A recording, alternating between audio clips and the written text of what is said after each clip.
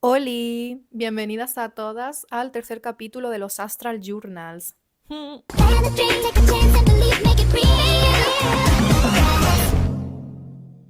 Lo siento, por cierto, si me notáis la voz un poco rarita, es que estoy mala. Justo hoy ya me he levantado diciendo, me he resfriado. Tengo muchos mocos y no puedo respirar muy bien, por lo tanto respiro mucho por la boca. Lo siento si me escucháis como... Lo siento, de verdad, es que me ahogo.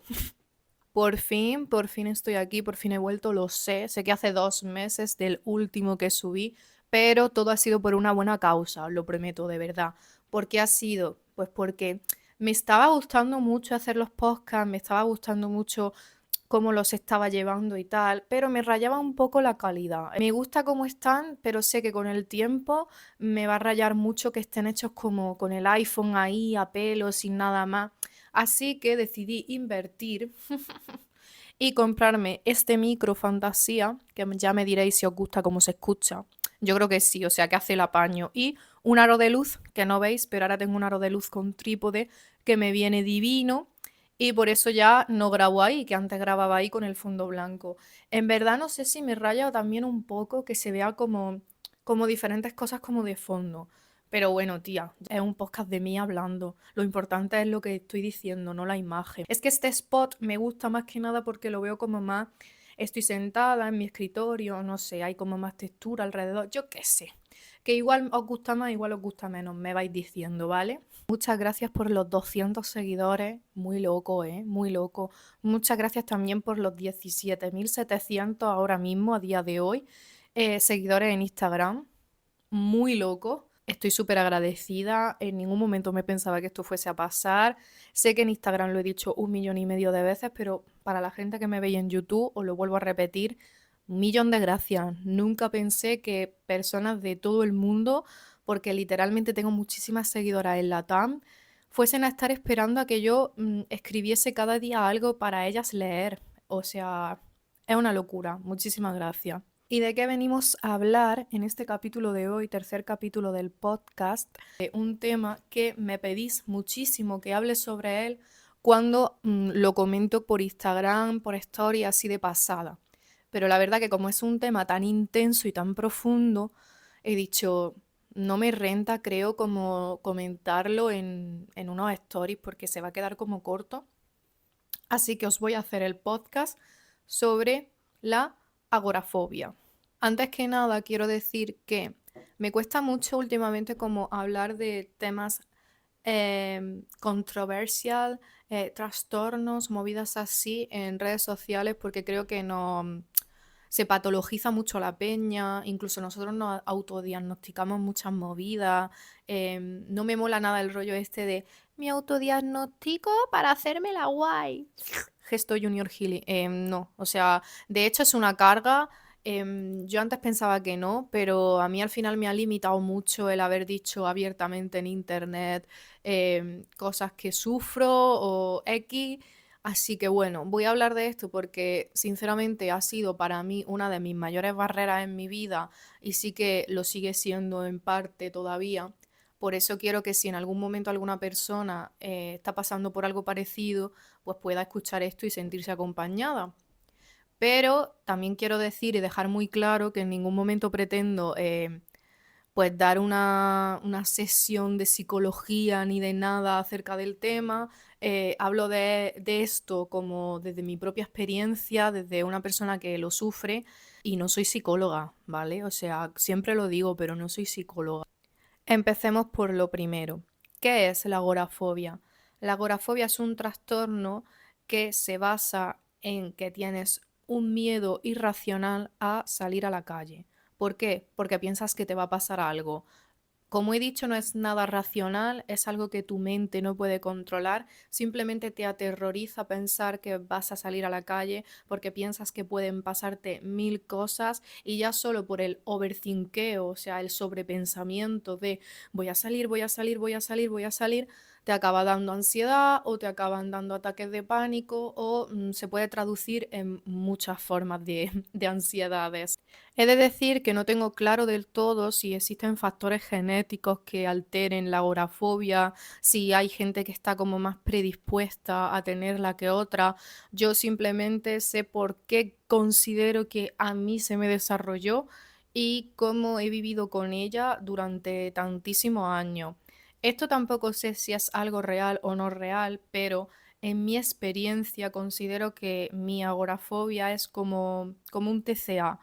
Es algo que nunca se cura del todo, es algo que puedo mejorar y con el que puedo vivir y si me expongo y consigo superarlo, hay momentos en los que a veces ni lo pienso, pero creo que siempre está ahí como asomando, ¿no? Como que en cualquier momento, cuando estoy un poquito más baja de ánimo, un poco más triste, me pasa cualquier evento así un poco más dramático en mi vida, pues vuelve y a veces sí que me paraliza un poco. De hecho, últimamente estoy en una etapa bastante más alterada con el tema de la agorafobia.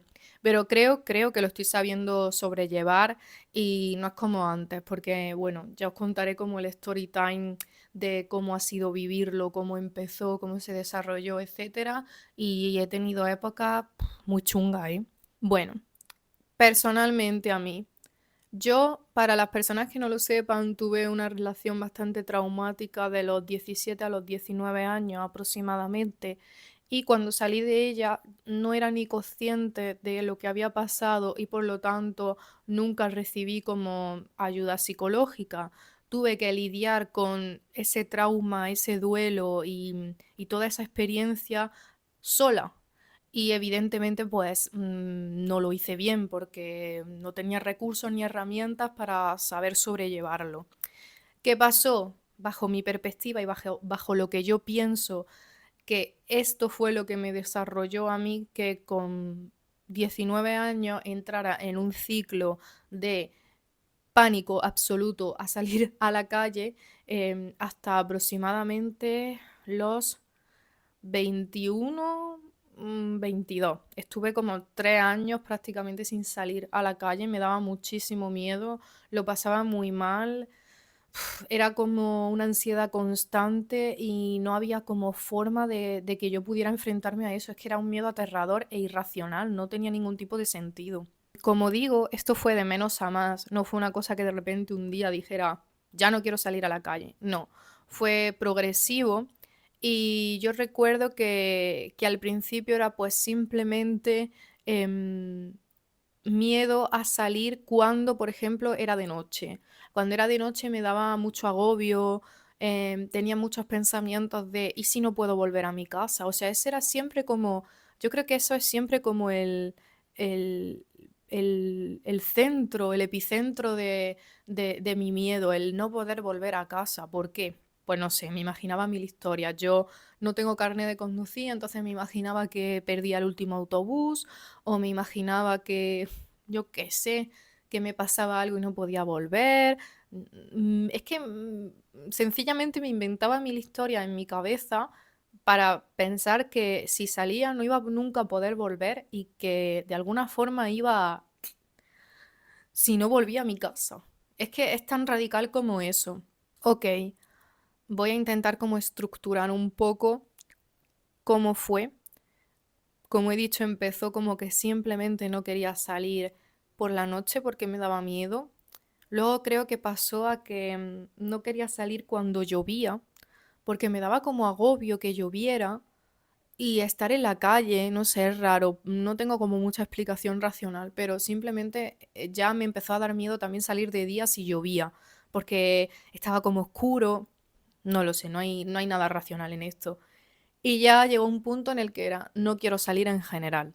¿Qué pasa? Todo esto también se mezcló con que justamente en ese momento de mi vida muchos de mis amigos se fueron de Granada, por lo tanto estaba un poco sola y las dos amigas que tenía en la universidad se fueron de Erasmus, o sea, estaba yo sola en mi clase y yo siempre he sido una persona a la que le cuesta mucho no me cuesta ser sociable, pero me cuesta caerle bien a la gente, creo. De primeras como que no tengo muy buena impresión con los demás.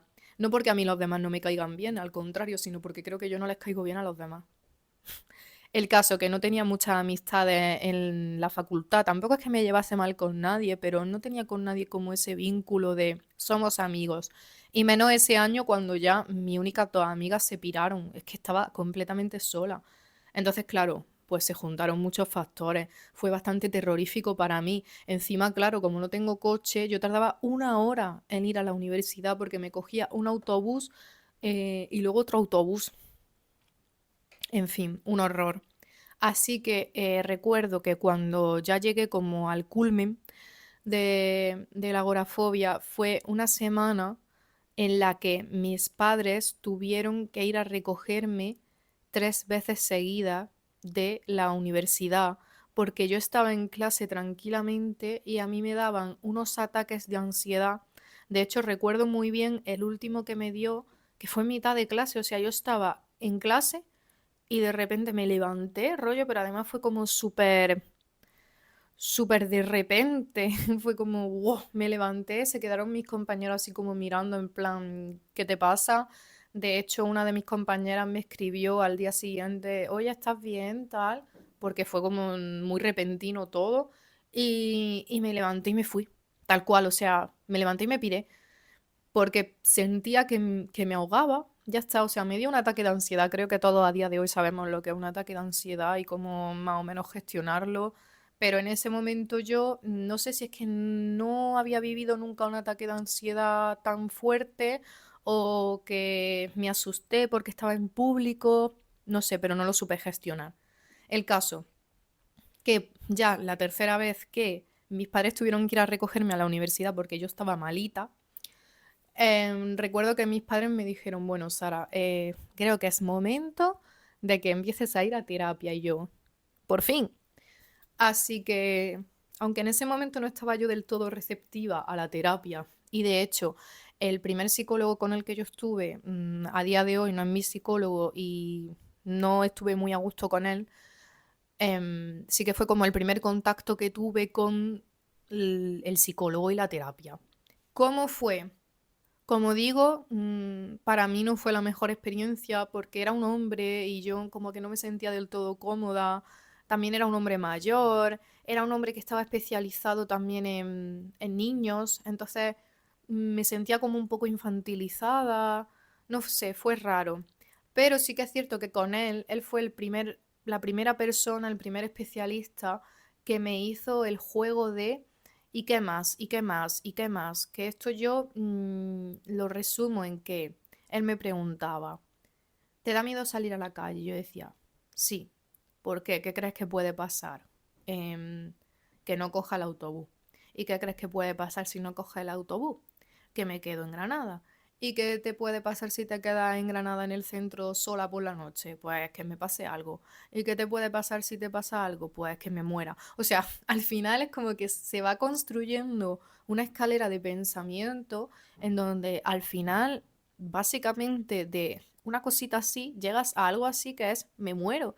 Y ahí fue como la primera vez que yo tuve conciencia plena de tengo miedo a morirme. Tengo miedo a morirme si salgo a la calle y es completamente loco. O sea, no va a suceder, no va a pasar. O sea, tú sabes lo complicado que es que eso realmente llegue a suceder. El montón de gente que sale todos los días a la calle y absolutamente a nadie le pasa nada. Y tú estás teniendo miedo real de salir porque piensas que te vas a morir. Hola. Vale, pues ahí fue como estoy diciendo, el primer contacto que tuve y como el primer choque con la realidad de, bueno, igual em, este pensamiento no es el más racional del mundo. Y como que ahí empecé un poco a querer estructurar mi mente en esto no está pasando. ¿Qué sucede? Que como he dicho antes, no me fue bien con ese psicólogo, no me sentía cómoda y además tuve una gran suerte que yo sé que para la mayoría de las personas el COVID pues fue una época dramática y horrible y muy triste, pero concretamente para mí creo que me salvó un poco. Como digo yo, toqué fondo en esa vez que mis padres tuvieron que recogerme 3 veces de la universidad y a mí me daba pánico absoluto pensar que tenía que volver a ir a la universidad. Suerte que llegó el COVID, suerte que empezaron las clases online, no tenía que ir a la facultad. Estuve pues casi un año y yo creo que hice prácticamente tercero de carrera y cuarto de carrera, por no decirte que lo acabé online. Así que fueron casi 2 años de clases online. Me vino muy bien porque, como he dicho, no tenía que enfrentarme a tener que ir a clase y no sé bien cómo fue porque no estuve yendo a terapia en ese momento, pero simplemente fue como pensar que cuando me reincorporé un poco a la vida, por así decirlo, fue progresivo y fue con todo el mundo. O sea, de repente todo el mundo en ese momento tenía el mismo miedo que yo, por otras razones, evidentemente, pero todo el mundo tenía el mismo miedo que yo a salir a la calle y a estar en la calle y todo el mundo iba así como con recelo y tal.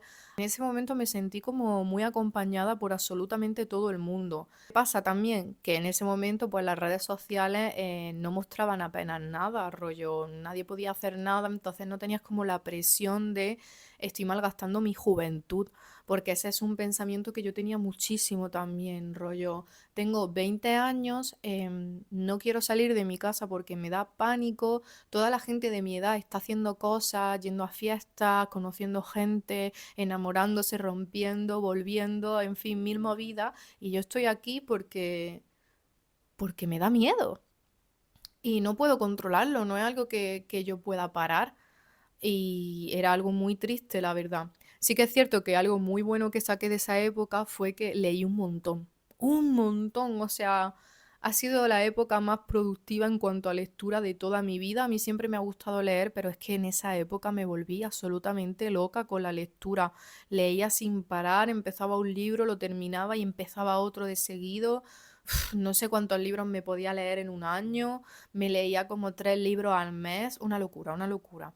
Y siento que eso me ha aportado mucho. Leí muchísima literatura clásica, leí muchísima filosofía, leí muchísima poesía y gracias a eso creo que se curtió mucho mi escritura y por eso a día de hoy puedo escribir como escribo.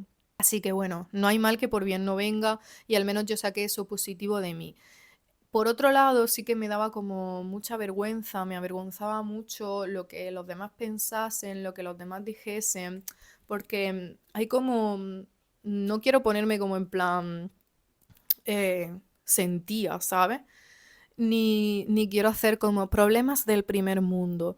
Pero sí que es cierto que la gente como que no lograba encajar bien, no lograba comprender bien que una chavala como yo tuviera problemas para socializar o tuviera traumas del tipo me da miedo salir a la calle. Creo porque hay mucho estigma de si eres una chavala más joven, medianamente atractiva, lo que sea, ¿por qué no quieres salir a la calle? ¿Por qué no quieres salir de fiesta? ¿Por qué no quieres no sé qué?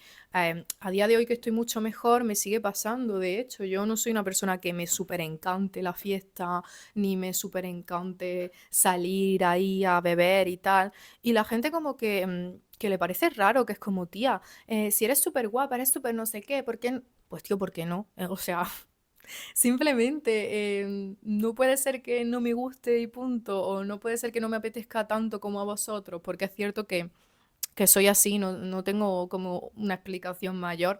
Se junta un poco las dos cosas. Por un lado la ansiedad de la agorafobia y tal, y por otro lado pues que creo que no es la cosa que más me gusta del mundo. Aunque si tengo que salir salgo y me lo paso bien, pero well. Bueno, retomamos. Iba porque volví como a incorporarme al mundo cuando todo el mundo se incorporó a la vida después del COVID. Vale, ¿cómo fue? Pues la verdad que fue bastante fácil, ¿eh? O sea, no sé bien cómo explicarlo, pero creo que lo que más sin duda me ayudó, pero esto es como el principal consejo que tengo para daros en caso de que estéis pasando por algo así, las amistades. A mí lo que más me ayudó fue tener dos grandes amigos que sabían perfectamente por lo que yo estaba pasando, porque yo se lo conté. Y lo respetaban, no me presionaban y me cuidaban un montón. Y si a mí a lo mejor me daba un poco de ansiedad pensar que iba a salir a una discoteca por la noche o a un pub o lo que sea, se encargaban muchísimo de dejarme clarísimo que me iban a cuidar y que pasara lo que pasara, iban a estar ahí para mí que si a mí me daba de repente miedo a algo, nos íbamos y que en cualquier momento podía recurrir a ellas para, para estar mejor. Y tanto si lo estáis pasando vosotros por algo así, como si tenéis a alguien en la cercanía que creéis que pueda estar pasando por algo así, sin duda la mejor medicina es el apoyo, el cariño y los cuidados y el aconsejar a las personas desde el amor, no desde la superioridad, porque claro, luego hay muchas amistades que no se lo tomaron de la misma forma, ¿no? Y tuve muchas amistades que eran en plan, tía, pero vamos a ver, que salgas, que no sé qué, que no sé cuánto, es que siempre igual, es que bla, bla, bla.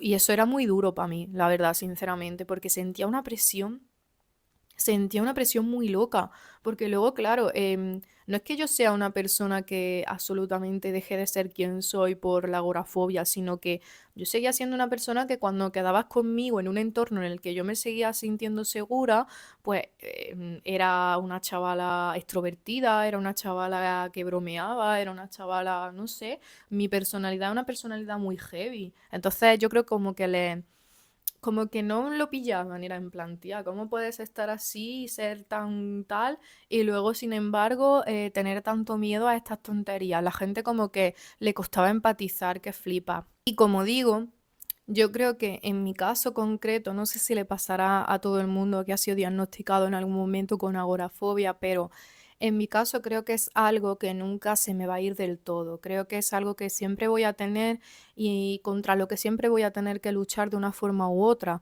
porque simplemente tiendo a tener ese miedo y si no me enfrento a él, pues evidentemente se sigue desarrollando más, más y más. Al fin y al cabo, la mejor terapia es la exposición. Cuanto más te expones a ese miedo y ves que no pasa nada, mejor lo llevas, porque si tú sales un día de fiesta y de repente te das cuenta de que nada ha pasado, pues igual el siguiente día dices, no tiene por qué pasar nada hoy tampoco, igual que no pasó nada la última vez. Pero claro, si entras en círculos de no exponerte al miedo, al final te atrapas. Te atrapas porque no tienes con qué comparar. No recuerdas ya la última vez que te expusiste a eso y no pasó absolutamente nada. Entonces te aterroriza muchísimo más. Yo recuerdo que en el momento en el que dije, sané, rollo, estoy curada, fue porque yo tenía muchas ganas de ir al concierto del Roju en Granada y a mis amigos pues no les gusta, rollo, en ese momento no lo escuchaban y yo quería ir aún así. Entonces me compré la entrada yo sola y fue como, voy a ir a un concierto yo sola. Y fui a un concierto yo sola y no me pasó absolutamente nada. Y me lo pasé de loco, me lo pasé súper bien. De hecho, ahí ya había empezado con Nena Astral y había algunas chavalas que me reconocieron en el concierto. Fue muy guay, fue muy guay. Y dije, lo he hecho, tío. Lo he hecho, estoy sola. De hecho, esa misma noche volví después del concierto con unos colegas. Mis colegas estuvimos de fiesta, me presentaron a otra gente. Ellos al final se acabaron yendo, los que eran mis colegas cercanos. Y yo pues me quedé porque me lo estaba pasando bien y me quedé sola con esta gente que no conocía tanto, pero porque sabía perfectamente que no me iba a pasar nada. Fue muy guay tener como de repente esa superación, ¿no? Y verte a ti misma haciendo una cosa que antes te daba tantísimo miedo, es muy enriquecedor. Y bueno, como digo, a día de hoy me lo sigo notando muchas veces, sobre todo ahora que vivo sola, me produce como mucho agobio el pensar en que tengo que ir a comprar. De hecho, yo sola me doy cuenta de que alargo mucho el ir a hacer la compra, porque, y no es por floja ni por nada, es porque me da ansiedad, porque me da ansiedad, porque algo dentro de mí, una voz que yo sé que es una voz tonta, que no tiene sentido, me dice, no salgas, no salgas, no salgas. Entonces intento como postergar lo más que puedo, ir a hacer cosas como la compra o incluso tirar la basura. Aún así lo hago y me enfrento a ello y estoy consiguiendo un montón de cosas, la verdad, todavía a día de hoy, aunque tengo esos pensamientos de vez en cuando, evidentemente me enfrento a ellos y los supero, pero como digo, es un tema en el que creo que siempre voy a incurrir, ¿sabes? Es algo que va conmigo y que siempre va a estar conmigo. Por suerte, a día de hoy, después de haber pasado por tanto, tengo muchísimas herramientas para saber gestionar en caso de que me dé un ataque de ansiedad o en caso de que me empiece a notar que me puede pasar algo. Concretamente a mí lo que más me ayuda, no sé bien qué tipo de terapia o de herramienta es, pero cuando yo siento que me empieza a dar como algún tipo de ansiedad, empiezo a contar cosas. Rollo, una ventana, dos ventanas, tres ventanas, una puerta, cuatro con no sé qué. Cuento cosas. Y eso me relaja mucho porque me hace como ser muy consciente de mi exterior y de mi realidad y de que no tiene por qué pasar nada. Y llevo ya 29 minutos de podcast. Well. Creo que este va a salir un poco más largo. Espero que os haya gustado. Si tenéis algún tipo de pregunta con respecto a lo de la agorafobia, algún tipo de testimonio, si queréis contar cómo lo habéis superado o cómo lo estáis viviendo o cualquier cosa, podéis dejarme un comentario, un like, suscribiros. Me ayuda un montón. Que cuando llegue a 1000 ya puedo empezar a monetizar YouTube. ¡Woo! Así que voy a intentar grabaros lo más pronto posible el siguiente capítulo. Mi intención es hacerlo una vez a la semana, pero ya sabéis cómo soy, así que bueno, lo voy a intentar. Y nada, os quiero un montón. Gracias por escuchar este capítulo, el tercer capítulo del podcast. Y un besito. ¡Mua!